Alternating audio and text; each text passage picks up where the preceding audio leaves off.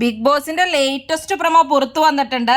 അപ്പൊ നെക്സ്റ്റ് ടീമിന് bonus point ഒക്കെ കിട്ടി. പക്ഷെ അവര് തമ്മിൽ ചർച്ച ചെയ്തിട്ട് ആർക്കാണെന്നുള്ളത് തീരുമാനിക്കാനാണ് ബിഗ് ബോസ് പറഞ്ഞിരിക്കുന്നത്. ഒരാൾക്കാണ് അപ്പൊ ബോണസ് പോയിന്റ് കിട്ടുകയുള്ളൂ. മുട്ടൻ പണി കൊടുത്തിരിക്കുകയാണ് അപ്പൊ ബിഗ് ബോസ് അവർക്ക്. അപ്പൊ 4 കൂടെ അടിയായിരിക്കുകയാണ് ഇപ്പൊ പ്രൊമോയിൽ. അപ്പൊ എല്ലാവർക്കും ബോണസ് പോയിന്റ് വേണം എന്നുള്ള രീതിയിലാണ് എല്ലാവരും വാദിക്കുന്നത്.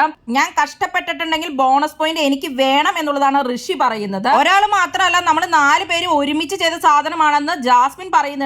എനിക്ക് കോൺഫിഡൻസ് ഒക്കെ ഉണ്ട്, പക്ഷെ എനിക്കിത് വേണോന്ന് ചോദിച്ചാൽ വേണം എന്നുള്ളതാണ് ജാസ്മിൻ പറയുന്നത്.